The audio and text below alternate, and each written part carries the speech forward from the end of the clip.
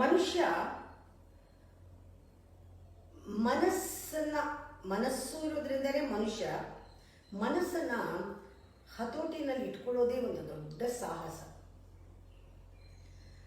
ಹತೋಟಿನಲ್ಲಿ ಸುಮ್ಮನೆ ಬರಲ್ಲ. ಒಂದು ದೋಸೆ ಚಪಾತಿನೇ ನಮ್ಮ ಹತೋಟಿಗೆ ಸಿಗಲ್ಲ ಹದ ಇಲ್ಲದೆ ಇದ್ರೆ. ಹದ ಮಾಡೋದು, ಮನಸ್ಸಿನ ಹದ ಅನ್ನುವ ಟಾಪಿಕ್ ಇವತ್ತು.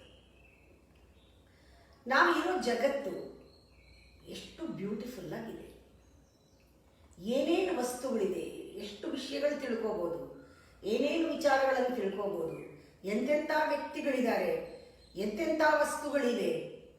ಕಣ್ಣಿಗೆ ಹಬ್ಬ, ಕಿವಿಗೆ ಹಬ್ಬ, ಅಂತೆಂಥ ಹಾಡು ಕೇಳ್ಬೋದು, ಮೂಸಕ್ಕೆ ಎಂಥ ಗಂಧಗಳಿದೆ, ಎಂತೆಂಥ ರುಚಿ ಸಿಗತ್ತೆ, ಎಲ್ಲ ಇದೆ ಪ್ರಪಂಚದಲ್ಲಿ. ಅದು ಇರೋದು ತಪ್ಪ ಇಲ್ಲ, ನಾವು ಅಲ್ಲೇ ಇದ್ದೀವಿ, ಇವೆಲ್ಲ ಇದೆ. ಇದು ನಮ್ಮ ಕರ್ಮಕ್ಕೆ, ಕರ್ಮ ಬಂಧನಕ್ಕೆ ವಸ್ತುಗಳು ಕಾರಣ ಅಲ್ಲ. ನಮ್ಮ ಇಂದ್ರಿಯಗಳು ಅದು ಪಾಡ್ಗದೆ ಬಿಟ್ಟರೆ, ಇಂದ್ರಿಯಗಳು ಅದು ಪಾಡ್ಗದೆ ಇರುತ್ತೆ, ಅದು ಕಾರಣ ಅಲ್ಲ. ನಮ್ಮ ಮನಸ್ಸಲ್ಲಿ ಆಸೆ ಒಳಗಡೆಯಿಂದ ಇದ್ರೆ ಇವೆಲ್ಲ ತಾನಾಗ್ತಾನೆ ಆಕರ್ಷಿತಗೊಳ್ಳುತ್ತೆ. ಮನಸ್ಸು ಇಂದ್ರಿಯಗಳ ಮೂಲಕ ಅದನ್ನು ಬಯಸುತ್ತೆ. ಈ ಜಗದ ಗಂಧ ಏನಿದೆ, ಪರಿ ಹಸಿವ ಕೆಣಕುತ್ತಿದೆ. ಪರಿ ಹಸಿವು, ನಾಲಿಗೆ ಹಸಿವು, ಕಣ್ಣು ಹಸಿವು, ಕಿವಿ ಹಸಿವು. ಜಗದ ಗಂಧ, ಜಗತ್ತಂಗಿದೆ, ಆ ಥರ ಬ್ಯೂಟಿಫುಲ್ ಆಗಿದೆ. ಪರಿಯ ಹಸಿವ ಕೆಣಕುತ್ತಿದೆ. ನಿನ್ನ ಮನಸ್ಸು ಕೂಡ ವೀಕ್ ಆಗಿದ್ರೆ ಕೆಣಕದೆ ಏನು ಮಾಡುತ್ತೆ? ಅದಕ್ಕೆ ಹಾಕಬೇಕು ನಾವು. ಭೋಜನವ ನೀಡದೇನೆ ಮನ ಸುಮ್ಮನಿರುವುದೇ. ಮನಸ್ಸಲ್ಲಿ ಆಸೆ ಇದೆ, ಈ ವಸ್ತುಗಳಿದೆ, ನಾವು ಅದಕ್ಕೆ ಕೊಡದೇ ಇದ್ರೆ ನಮ್ಮ ಮನಸ್ಸು ಸುಮ್ಮನೆ ಇರುತ್ತಾ? ಇಲ್ಲ, ಸಹಜ. ಇದೆಲ್ಲ ಇದ್ರೂ ಕೂಡ ಇದು ಬರೋದು ಸಹಜ. ಇದು ಒಪ್ಕೊಳ್ಳೋದೇ ಸಹಜ ಅಂತ ಆಕ್ಸೆಪ್ಟ್ ಮಾಡೋದಿದೆಯಲ್ಲ. ಇದು ನನ್ನನ್ನು ಕೆದಕ್ತಾ ಇದೆ ಅಂತ ಆಕ್ಸೆಪ್ಟ್ ಮಾಡೋದು, ಕೆದಕಬಾರ್ದು ಅಂತಲ್ಲ, ಕೆದಕ್ತಾ ಇದೆ ಅನ್ನೋದು ಆಕ್ಸೆಪ್ಟ್ ಮಾಡೋದು. ಈ ಥರ ಬಾರ್ದು ಅನ್ನೋದು ಆಕ್ಸೆಪ್ಟ್ ಮಾಡಿ, ಕೆದಕ್ತಾ ಇದೆ ಅನ್ನೋದು ಆಕ್ಸೆಪ್ಟ್ ಮಾಡೋದಿದೆಯಲ್ಲ, ಅದು ಹಠಯೋಗ ಮಾಡಿ ಎಲ್ಲ ಹೋಗುತ್ತೆ ಅಂತ ಹೇಳಿ ಮಾಡೋದಲ್ಲ. ಅದು ಸಹಜಗಳ ಕೊಲ್ಲೆನ್ನುವ ಹಠಯೋಗಕ್ಕಿಂತ ಅವರೇ ಸಜೆಸ್ಟ್ ಮಾಡ್ತಾರೆ, ನೀನು ರಾಜಯೋಗ ಮಾಡು. ರಾಜಯೋಗ ಒಂದು ಉಪಾಯ ಅದಕ್ಕೆ, ಮನಸ್ಸಿಗೆ. ಹಠಯೋಗ ಎಲ್ಲರಿಗೂ ಆಗಲ್ಲ, ರಾಜಯೋಗ ಎಲ್ಲರಿಗೂ ಆಗತ್ತೆ. ರಾಜಯೋಗ ಯಾಕೆ ಅಂದರೆ ಇದರಲ್ಲಿ ಅತಿ ಹೋಗಬೇಡ. ಆಸೆ ಇರಬೇಕು, ತಿನ್ನಬೇಕು, ನೋಡಬೇಕು, ಕೇಳಬೇಕು, ಅದಕ್ಕೊಂದು ಮಿತಿ ಇದೆ. ಬೇಕು ಅಂತ ಹಿಂದೆ ಬೀಳಬಾರ್ದು, ಬೇಡ ಅಂತ ನಾವು ಜರಿಬಾರ್ದು. ಬೇಡ ಅಂದ್ರೂ ಅದು ಒಂದು ಬಂಧನವೇ, ಬೇಕು ಅಂತ ಹೋದ್ರೂ ಬಂಧನವೇ. ಆ ಮನಸ್ಸಿಗೆ ಮಿತ ಹಿತ ಕಲಿಸೋದೇ ರಾಜಯೋಗ. ಇಂದ್ರಿಯ ನಿಗ್ರಹ ಇಂಪಾರ್ಟೆಂಟ್, ಆದರೆ ನೀನು ಯಾವುದಾರ ದಾರಿನ ಹುಡುಕೊಳ್ತೀಯಾ ನೋಡ್ಕೋ, ಅದನ್ನು ತೃಪ್ತಿಪಡಿಸಕ್ಕೆ. ಆದರೆ ಹೊರಗಡೆ ಇರೋ ಒಂದು ಸುವಾಸನೆ ಇರ್ಬೋದು, ಒಂದು ಹಾಡು ಇರ್ಬೋದು, ಇಂದ್ರಿಯನ ಪ್ರಚೋದಿಸುವ ಶಕ್ತಿ ಇವಕ್ಕೆಲ್ಲ ಇದೆ. ಆದರೆ ಅದ್ರ ಮೇಲೆ ಕಾರಣ ಹಾಕಬೇಡ. ಇವೆಲ್ಲ ಯಾಕಿದೆ ಅಂತ ಕೇಳಬೇಡ. ನಿನ್ನ ಮನಸ್ಸನ್ನು ಹದ ಮಾಡ್ಕೊಳ್ಳೋದು ಹೇಗೆ? ಎಷ್ಟು ಬೇಕೋ ಇದೆಲ್ಲ ನಮಗೋಸ್ಕರನೇ ಇರೋದು. ಎಂಜಾಯ್ ಮಾಡು. ಎಷ್ಟು ಬೇಕೋ ಅಷ್ಟೇ ಕಲಿಯೋದು ವಿವೇಕ. ಈ ಜಗದ ಗಂಧ ಪರಿ ಹಸಿವ ಕೆಣಕುತ್ತಿದೆ. ಭೋಜನವ ನೀಡೆನೆ ಮನ ಸುಮ್ಮನಿಗುದೆ. ಸಾಜಗಳ ಕೊಲ್ಲೆನ್ನುವ ಹಠಯೋಗಕ್ಕಿಂತ ಸರಿ ರಾಜಯೋಗವದು ಉಪಾಯ ಮಂಕುತಿಮ್ಮ. ರಾಜಯೋಗನ ಮಾಡು ನೀನು. ಯಾವ ರೀತಿ ರಾಜಯೋಗದಲ್ಲಿ, ಈ ಬುದ್ಧಿಯೋಗದಲ್ಲಿ ಬರುತ್ತದೋ, ಮನಸ್ಸನ್ನು ಯಾವ ರೀತಿ ನಾವು ನೋಡ್ಕೋಬೇಕು, ಹದ ಮಾಡಬೇಕು. ಅದು ಕುದುರೆ ಹದ ಮಾಡ್ದಂಗೆ ಅಂತ ಚಾಟಿ ಇಟ್ಕೊಂಡು ಕೃಷ್ಣ ಹೇಳಲ್ವಾ, ಹಾಗೆ ಹಠದ ಮಗುವಿನ ಹಠದ ಮಗುವಿನ ನಾವು ಯಾವ ರೀತಿ, ಅದು ಅಳ್ತಾ ಇದ್ರೆ, ಮಗು ಅಳ್ತಾ ಇದ್ರೆ ನಾವು ಯಾವ ರೀತಿ ಮಾಡ್ತೀವಿ, ಇದೇ ಬೇಕು ಅಂತ ಹಠ ಮಾಡಿದ್ರೆ ಮಗು, ನಮ್ಮ ಮೈಂಡು ಕೂಡ ಕೊಡು, ಈಗಲೇ ಕೊಡು ಅಂತ ಹಠ ಮಾಡಿ. ಇನಿತು ಸವಿ ಉಳಿಸು.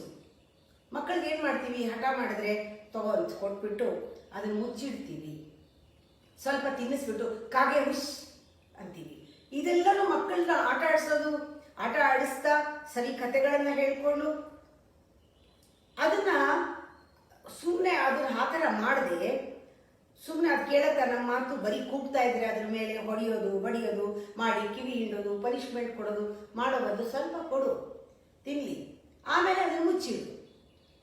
ಇನಿ ತಿನ್ನೀತು ಮನಸ್ಸಿನಿ ತಿನ್ನೀತು, ಸ್ವಲ್ಪ ಕೊಡೋದು ಸ್ವಲ್ಪ ಮರೆಸೋದು ಮಾಡು. ಎಷ್ಟು ಎಷ್ಟು ಇಂಪಾರ್ಟೆಂಟ್ ಅಂದರೆ ಇವೆಲ್ಲ ಉದಾಹರಣೆಗಳು ಜೀವನದಲ್ಲಿ ಎಲ್ಲರಿಗೂ ಈ ಅನುಭವ ಆಗಿರುತ್ತೆ.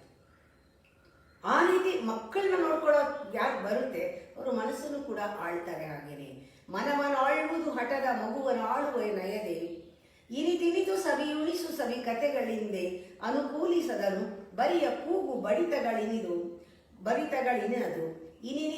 ಇತ್ತು ಮರೆಸಿ ನೀಗ. ಸ್ವಲ್ಪ ಕೊಟ್ಟು ಸ್ವಲ್ಪ ಮರೆಸಿ ನಿಮ್ಮ ಮಗು ನೋಡ್ಕೋತೀಯಲ್ಲ, ಹಾಗೆ ಮನಸ್ಸನ್ನು ಹಿತವಾಗಿ ಮಿತವಾಗಿ ಮಾಡ್ಕೊಂಡಿಟ್ಕೋ. ಎಲ್ಲನೂ ಎಂಜಾಯ್ ಮಾಡು, ಯಾವುದು ಜಾಸ್ತಿ ಹೋಗಬೇಡ. ನೀನೇ ಹುಡ್ಕೋಬೇಕು ದಾರಿ. ಜೀವನದಲ್ಲಿ ಎಲ್ಲರೂ ಒಂದೇ ದಾರಿ ಮಾಡೋಕ್ಕಾಗಲ್ಲ. ಕೆಲವರು ವಾಕಿಂಗ್ ಮಾಡ್ಕೋತಾರೆ, ಕೆಲವರು ಮನೆ ಕೆಲಸ ಮಾಡ್ಕೋತಾರೆ, ಕೆಲವರು ಯೋಗ ಮಾಡ್ಕೋತಾರೆ, ಕೆಲವರು ವೆಯ್ಟ್ ಲಿಫ್ಟಿಂಗ್ ಮಾಡ್ತಾರೆ, ಕೆಲವರು ಜಿಮ್ಗೆ ಹೋಗ್ತಾರೆ, ಕೆಲವರು ಇನ್ನೊಂದು ಏನೋ ಮಾಡ್ತಾರೆ. ಮಾಡ್ಕೋ, ಏನೋ ಒಂದು ಮಾಡು. ಅಂತಾನು ಮಿಂತಾನು ಮೆಂತೋ ನಿನಗಾದಂತೆ ಶಾಂತಿಯನ್ನು ನೀನರಸು. ಯಾವತ್ತು ಮನಸ್ಸು ಕೆರಳತ್ತೋ ಯಾರೂ ಕೇಳಕ್ಕೋಗ್ಬೇಡ, ನಿಂದೇ ಒಂದು ಮಾಡಬೇಕು. ಕೆಲವರು ಹೇಳ್ತಾರೆ ಹಾಡು ಕೇಳ್ತಾರೆ, ಕೆಲವರು ಇನ್ನೊಂದು ಮಾಡ್ತಾರೆ, ಕೆಲವರು ನೀನೇ ಹುಡುಕೋ. ನಿನಗೆ ಮನಸ್ಸು ಸಾಂತ್ವನಕ್ಕೆ ಬರೋ ಹಾಗೆ ನೀನೇ ಮಾಡ್ಕೊ. ಒಂದೊಂದ್ಸತಿ ಆ ಮನಸ್ಸಿಗೆ ಸ್ವಲ್ಪ ಸಂತಸ ಮಾಡಬೇಕಾಗತ್ತೆ, ಕೊಡು. ಏನೋ ಒಂದು ಕೊಂಡ್ಕೊಡು, ಏನೋ ಒಂದು ಮಾಡು. ಇಲ್ಲ ಶಿಕ್ಷಿಸು, ಕೊಡ್ಬೇಡ, ಉಪವಾಸ ಹಾಕು. ನೀವು ಮಕ್ಕಳಿಗೆ ಹಾಕ್ತಿರಲ್ಲ, ಅದೇ ಸೇಮ್ ಮಕ್ಕಳು ನೋಡ್ಕೊಳ್ಳೋ ಹಾಗೇನೆ. ಕೆಲವು ಸತಿ ಒಳ್ಳೆ ಮಾತಾಡ್ತೀರಾ, ತಂದು ಕೊಡ್ತೀನಿ ಮಾಡು ಅಂತ. ಕೆಲವು ಸತಿ ಮಾಡ್ದೇನೆ ಕೂಡ ಹಾಕ್ತೀನಿ, ನಿನಗೆ ಏಟ್ ಕೊಡ್ತೀನಿ. ಸ್ವಾಂತಮಮಂ ತಿದ್ದುತ್ತಿರು, ನಿನ್ನ ಅಂತರಂಗವನ್ನು ತಿದ್ದುಕೋ. ಸ್ವಾಂತ ಅಂದರೆ ಅಂತರಂಗ, ಒಳಗಿಂದ ಅದನ್ನು ಮಕ್ಕಳನ್ನೂ ಕೂಡ ಮೇಲ್ಮೇಲಲ್ಲ, ಅವ್ರ ಒಳಗಡೆನೂ ಗೊತ್ತಾಗೋ ಹಾಗೆ ರೀತಿಯಲ್ಲಿ ಅವರಿಗೆ ತಿಳಿಸ್ತಾ ಹೋಗಬೇಕು. ನಾವು ಸ್ಟ್ರಿಕ್ಟಾಗಿ ಹೀಗೆ ಮಾಡು ಹಾಗೆ ಮಾಡೋ ಅನ್ನೋಕ್ಕಿಂತ ಅದರಿಂದ ಎಷ್ಟು ಲಾಭ ನಿನಗಿದೆ ಅನ್ನೋ ಅರಿವು ಬರೋ ಹಾಗೆ ಮಾಡಿ. ಪನಿಷ್ಮೆಂಟ್ ಕೊಡಬೇಡ, ರಿಯಲೈಸ್ ಮಾಡಿಸು. ನೀನು ರಿಯಲೈಸ್ ಮಾಡ್ಕೋ, ನೀನು ನಿನ್ನ ಪನಿಷ್ಮೆಂಟ್ ಕೊಟ್ಕೋಬೇಡ. ಅಂತಾನು ಮಿಂತಾನು ಮೆಂತೋ ನಿನಗಾದಂತೆ ಶಾಂತಿಯನ್ನೇ ನೀನರಸು ಮನ ಕೆರಳಿದಂದು ಸಂತವಿಡು ತೊಮ್ಮೆ ಶಿಕ್ಷಿಸು ತೊಮ್ಮೆ ಶಿಶುವೆಂದು ಸ್ವಾಂತಮಂ ತಿದ್ದುತ್ತಿರು ಮಂಕುತಿಮ್ಮ. ಇದು ಹೇಳ್ತಾ ಇದ್ರೆ ನಮಗೆ ಯಾವುದು ಹೆಚ್ಚು ಬಾಧಿಸೋದು ಅಂದರೆ ಹೊಟ್ಟೆ. ಎಲ್ಲರೂ ಹೇಳ್ತಾರೆ ಹೊಟ್ಟೆ ಪಾಡಿಗೆ ಅಂತ ಅಲ್ವಾ. ದಾಸರ ಪದದಲ್ಲಿ ಹೊಟ್ಟೆಗೆ ನಾವೆಲ್ಲ ಮಾಡ್ತಾ ಇರೋದು. ಉದರ ವೈರಾಗ್ಯ ಅಂತ ಬಟ್ಟೆ ಹಾಕೊಳ್ಳೋದು ಕೂಡ ಹೊಟ್ಟೆಗೋಸ್ಕರ ಅಂತ. ಉದರ ದೈವಕ್ಕೆ ಜಗದೊಳೆದುರು ದೈವವಿಲ್ಲ. ನಮ್ಮ ಹೊಟ್ಟೆ ದೇವರಿಗಿಂತ ಯಾವ ದೇವರು ಇದಕ್ಕೆ ಮುಂದೆ ಇಲ್ಲ. ಮೊದಲು ಇದಕ್ಕೆ ಪೂಜೆ, ಆಮೇಲೆ ಬೇರೆ ಎಲ್ಲ, ಮಿಕ್ಕ ಎಲ್ಲ ದೇವರಿಗೂ ಆಮೇಲೆ ಇದಕ್ಕೆ ಪೂಜೆ ಆಗಬೇಕು.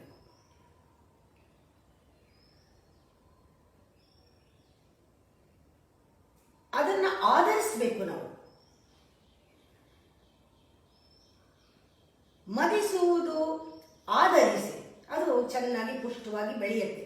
ಚೆನ್ನಾಗಿ ನೋಡ್ಕೊಳ್ತಾ ಇದ್ರೆ ಅದನ್ನು ಆಧರಿಸಬೇಕು. That's what I always honour your body ಅಂತ ಹೇಳ್ತೀವಿ. Consider, respect, give attention. ಅದು ಯಾವಾಗ ನಾವು ಕೊಡಲ್ಲ ಅದು ನಮಗೆ ನಮ್ಮ ಮಾತು ಕೇಳಲ್ಲ. ಆಮೇಲೆ ಅದು ಹಠ ಮಾಡುತ್ತೆ.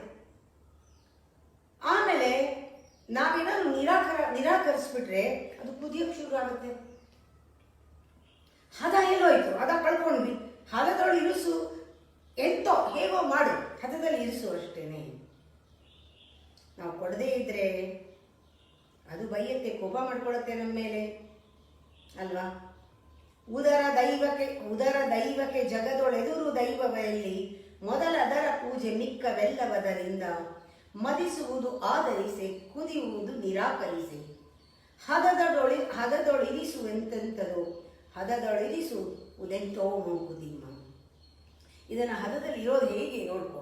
ಹೇಗಪ್ಪ ಇದನ್ನು ಹದದಲ್ಲಿ ಇರೋದು? ಅದನ್ನು ಮಾಡು. ಅದು ಯಾವ ಥರ ಅಂದರೆ ನಮ್ಮ ಮನಸ್ಸು ಒಂದು ಹಾಲು ಥರ. ಹಾಲು ಮನಸ್ಸು ಒಂದೇ. ಉದಾಹರಣೆ ಕೊಡ್ತಾ ಇರೋದು ಇದು. ಹಾಲನ್ನ ಕಾಸಿ ಜಾಸ್ತಿ ಕಾದರೆ ಒಂಥರ ಕಮರು ಬೊಗಟು ವಾಸನೆ ಬರುತ್ತೆ.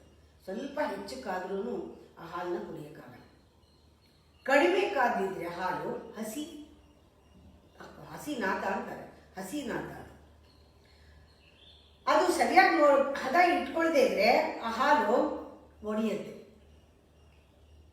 ಇದರ ಹಾಲಿನ ಹದ ತುಂಬ ಸೂಕ್ಷ್ಮ. ಒಳ್ಳೆ ಮೊಸರು ಬರೋಕ್ಕೂ ಹಾಲಿಗೆ ಹದ ಗೊತ್ತಿರಬೇಕು. ಅದೇ ಥರನೇ ಮೊಸರು ಕಡಿದು ಬೆಣ್ಣೆ ತೆಗೆಯೋ ಹಾಗೆ ನಮ್ಮ ಮನಸ್ಸಿನಲ್ಲಿ ಸತ್ವಗುಣಗಳು ಬರಬೇಕಾದ್ರೆ ಮನದ ಹದವನ್ನು ನೋಡ್ಕೋ, ಎಚ್ಚರದಲ್ಲಿರು ನೀನು. ಆಗ ನಿನ್ನ ಬದುಕು ಸೊಗಸಾಗಿರುತ್ತೆ ಹದದಿಂದ. ಈ ಹದ ಅನ್ನೋ ಪದನೇನೆ ಯೋಗ ಅಂತ ಇಟ್ಕೋಬೋದು ನಾವು. ಹದವೇ ಯೋಗ. ದೇಹ ಮನಸ್ಸನ್ನು ಹದವಾಗಿ ಮಾಡೋದೇನೆ ಯೋಗ.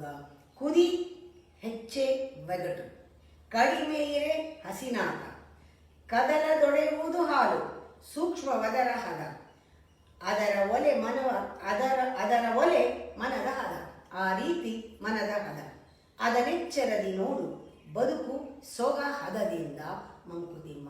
ನಿನ್ನ ಬದುಕು ಹದದಿಂದ ಸೊಗವಾಗಿರುತ್ತೆ, ಸೊಗಸಾಗಿರುತ್ತೆ. ಈ ಹದನ ನೋಡು, ಮಗುತರ ನೋಡ್ಕೋ. ಜಗತ್ತಲ್ಲಿರೋ ಸಾಮಾನುಗಳನ್ನ, ವ್ಯಕ್ತಿ ವಿಷಯ ವಿಚಾರಗಳನ್ನ ಬೈಯಕ್ಕೆ ಹೋಗ್ಬೇಡ. ಅದರಿಂದ ಬಂಧನ ಅಲ್ಲ. ನಿನ್ನ ಇಂದ್ರಿಯಗಳು ಅದಕ್ಕೆ ಅನುಭವಿಸೋಕ್ಕೆ ಇರೋದು. ಎಂಜಾಯ್ ಮಾಡು, ಅದರಿಂದ ಬಂಧನ ಅಲ್ಲ. ನಿನ್ನ ಮನಸ್ಸು ಹದ ತಪ್ಪಿದ್ರೆ ಈ ಇಂದ್ರಿಯಗಳು ಕೂಡ ಹದ ತಪ್ಪತ್ತೆ, ದಾರಿ ತಪ್ಪತ್ತೆ. ಹಾಗೆ ವಸ್ತುಗಳು ಕೈಗೆ ಸಿಕ್ಕಿದ್ರೂ ಎಂಜಾಯ್ ಮಾಡೋಕ್ಕಾಗಲ್ಲ. ಸಿಗದೇ ಇದ್ರೂ ಕೂಡ ನಾವು ಜೀವನದಲ್ಲಿ ದುಃಖವಾಗಿರ್ತೀವಿ.